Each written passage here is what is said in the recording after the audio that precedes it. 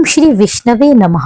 आप सभी को सफला एकादशी की हार्दिक ढेरों शुभकामनाएं। श्री हरि आपकी सारी मनोकामनाएं पूर्ण करें और आपके परिवार पर सदा अपना आशीर्वाद बनाए रखें। आज की इस वीडियो में आप सुनेंगे सफला एकादशी संपूर्ण व्रत कथा और माता तुलसी की आरती का। आइए श्री हरि का ध्यान करते हुए कथा का श्रवण करते हैं। एक समय धर्मराज युधिष्ठिर भगवान श्री कृष्ण से कहने लगे, हे मधुसूदन, मैंने मार्गशीर्ष के शुक्ल पक्ष में पड़ने वाली एकादशी अर्थात मोक्षदा एकादशी का वर्णन आपसे सविस्तार सुना। अब आप कृपा करके मुझे पोष मास के कृष्ण पक्ष की एकादशी के विषय में भी बताइए। इस एकादशी का क्या नाम है, इसके व्रत का क्या विधान है और इसकी विधि क्या है, इसका व्रत करने से किस फल की प्राप्ति होती है। कृपया हे जनार्दन मुझे यह सब विस्तार पूर्वक बताइए। तब धर्मराज युधिष्ठिर की बात सुनकर भगवान श्री कृष्ण बोले, हे राजन, पौष मास के कृष्ण पक्ष में आने वाली एकादशी का नाम सफला एकादशी है। इस एकादशी पर श्री नारायण की पूजा होती है। इस पर विधि पूर्वक व्रत करना चाहिए। जिस प्रकार नागों में शेषनाग, पक्षियों में गरुड़, सब ग्रहों में चंद्रमा, यज्ञों में अश्वमेघ यज्ञ और देवताओं में भगवान विष्णु श्रेष्ठ हैं, उसी तरह सब व्रतों में एकादशी व्रत सर्वश्रेष्ठ है। वे मुझे परम प्रिय है। इसका महत्त्य मैं तुमसे कहता हूँ, तुम ध्यान पूर्वक सुनो। तब भगवान श्री कृष्ण सफला एकादशी की व्रत कथा सुनाते हुए कहते हैं, हे राजन, प्राचीन समय में चंपावती नगरी में महिष्मान नाम का एक राजा राज्य किया करता था। राजा महिष्मान के 4 पुत्र थे। राजा का सबसे बड़ा पुत्र लुम्बक बड़ा महापापी और दुष्ट व्यक्ति था। वह हमेशा पर स्त्री गमन में और वैश्याओं के यहाँ जाकर अपने पिता का सारा धन लुटाता था। देवता, वैष्णव, ब्राह्मण आदि जो भी सुपात्र थे उनकी निंदा करके वह बड़ा प्रसन्न हुआ करता था। सारी प्रजा उसके कुकर्मों से बहुत दुखी थी,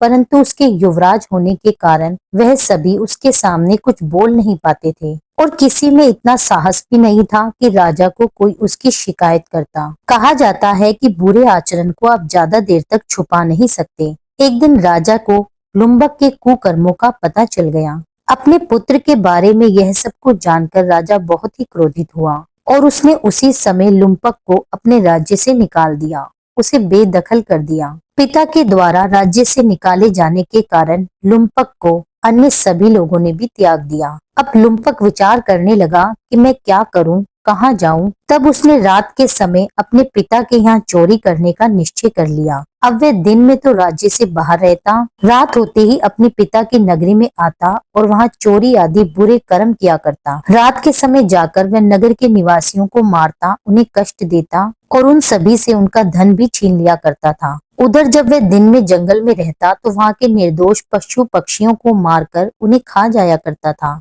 यदि रात के समय वह राज्य में चोरी करते हुए पकड़ा भी जाता तो राजा के सिपाही डर के कारण उसे छोड़ दिया करते। इस तरह लुम्पक दिन रात पाप, अत्याचार और जीव हत्या करने में लगा रहता। कहते हैं कि कभी कभी अनजाने में भी पापी इंसान भगवान की कृपा का पात्र बन जाता है। अनजाने में ही उससे ऐसे कुछ कर्म हो जाते हैं जिसके कारण भगवान को भी उसे आशीर्वाद देना पड़ता है। ऐसा ही कुछ लुम्पक के साथ भी घटित हुआ। जिस वन में वह रहा करता था वह वन भगवान को भी बहुत प्रिय था। उसी वन में एक प्राचीन पीपल का वृक्ष था और उस वन को सभी लोग देवताओं का क्रीड़ा स्थल मानते थे। सभी का मानना था कि उस वृक्ष में सभी देवतागण निवास करते हैं। वन के उसी पीपल के वृक्ष के नीचे महापापी लुम्पक रहने लगा था। कुछ दिनों के बाद पौष मास के कृष्ण पक्ष की 10वीं तिथि के दिन वस्त्र न होने के कारण, तेज हवाओं के कारण लुम्पक बेहोश हो गया। ठंड के कारण वह पूरी रात्रि तक सो नहीं पाया। उसके हाथ पैर भी सब ठंड के मारे अकड़ गए।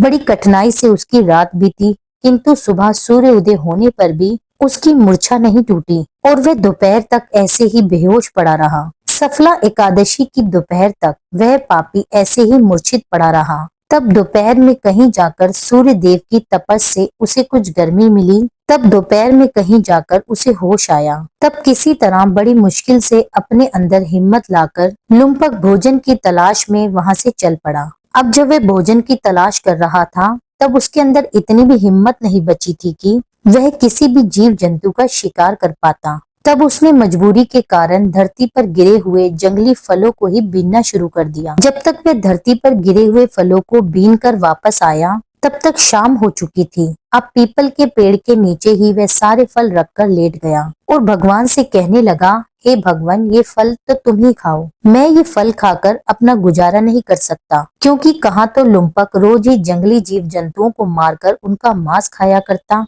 और कहाँ आज उसे खाने में केवल फल ही मिले। उसे फल खाना बिल्कुल भी अच्छा नहीं लगा। उसने उन फलों को खाया नहीं, उसने सभी फलों को पीपल की जड़ में रख दिया और दुखी होकर कहने लगा, हे ईश्वर, ये फल आपको ही अर्पण है। इन फलों से तो केवल आप ही तृप्त होइए। ऐसा कहकर भूख और प्यास से व्याकुल होकर वह रोने लगा। सारी रात उसे नींद नहीं आई। इस तरह सारी रात पीपल के वृक्ष की जड़ में बैठा हुआ लुम्पक रोता ही रहा। इस तरह अनजाने में ही उस महापापी लुम्पक से एकादशी का उपवास हो गया और रात्रि जागरण भी हो गया। उस महापापी के इस उपवास और रात्रि जागरण से भगवान श्री हरि अत्यंत प्रसन्न हुए और उसके सभी पाप भी नष्ट हो गए। सुबह होते ही एक दिव्य रथ अनेक सुंदर वस्त्रों से सजा हुआ वहां पर आया और उसके ठीक सामने आकर खड़ा हो गया। जैसे ही रथ उसके सामने आके रुका, उसी समय आकाशवाणी भी हुई, हे युवराज, श्री हरि के प्रभाव से तेरे सभी पाप नष्ट हो गए हैं। अब तू अपने पिता के पास वापस जाकर राज्य प्राप्त कर ले। जब ये आकाशवाणी लुम्पक ने सुनी तो लुम्पक बड़ा प्रसन्न हुआ और हाथ जोड़कर प्रणाम करते हुए अपने पापों का प्रायश्चित करते हुए भगवान से कहने लगा, हे प्रभु, आपकी जय हो। ऐसा कहकर उसने सुंदर वस्त्र आदि धारण कर लिए और फिर अपने पिता के राज्य में वापस लौट आया। अपने पिता को उसने सारी कथा कह सुनाई। अपने पुत्र के मुख से सारा वृतांत सुनने के बाद पिता ने भी अपना सारा राज्य तुरंत ही अपने पुत्र को सौंप दिया और स्वयं वन में चला गया। अब लुम्पक शास्त्र अनुसार राज्य करने लगा। उसकी स्त्री पुत्र आदि भी श्री हरि के परम भक्त बन गए। वृद्धा अवस्था आने पर अब लुम्पक भी अपने पुत्र को सारा राज्य सौंपकर भगवान श्री हरि का भजन करने के लिए वन में चला गया और अंतिम समय में परम पद को प्राप्त हुआ। तब भगवान श्री कृष्ण कहते हैं, हे धर्मराज, जो मनुष्य श्रद्धा और भक्ति पूर्वक इस सफला एकादशी का उपवास रखता है अथवा कथा सुनते हैं, उनके सभी पाप नष्ट हो जाते हैं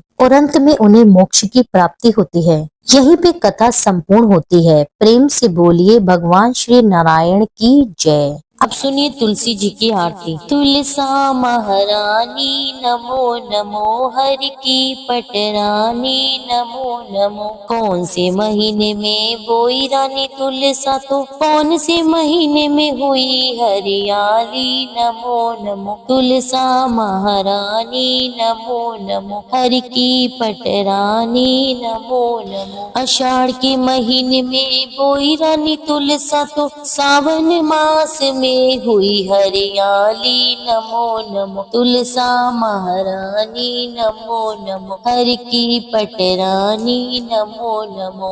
कौन से महीने में हुई तेरी पूजा, तो कौन से महीने में हुई पटरानी नमो नमो, हरि की पटरानी नमो नमो। कार्तिक के महीने में हुई मेरी पूजा, तो मंगशीर मास में हुई पटरानी नमो नमो। तुलसा महारानी नमो नमो। धूप दीप नैवेद्य आरती, तो पुष्पन की बरसा बरसानी नमो नमो, हर की पटरानी नमो नमो। 56 भोग 36 व्यंजन, तो बिन तुलसा हर एक न मानी नमो नमो। तुलसा महारानी नमो नमो, हर की पटरानी नमो नमो। जो कोई तुलसा को सवेरे गाए, श्री कृष्ण के दर्शन पाए। जो कोई तुलसा को दोपहर को गाए, तो श्री खीर खांड के भोग लगाए। जो कोई तुलसा माई सांझ को गाए, तो श्री कृष्ण जी को आरती उतारे। जो कोई तुलसा को आधी रात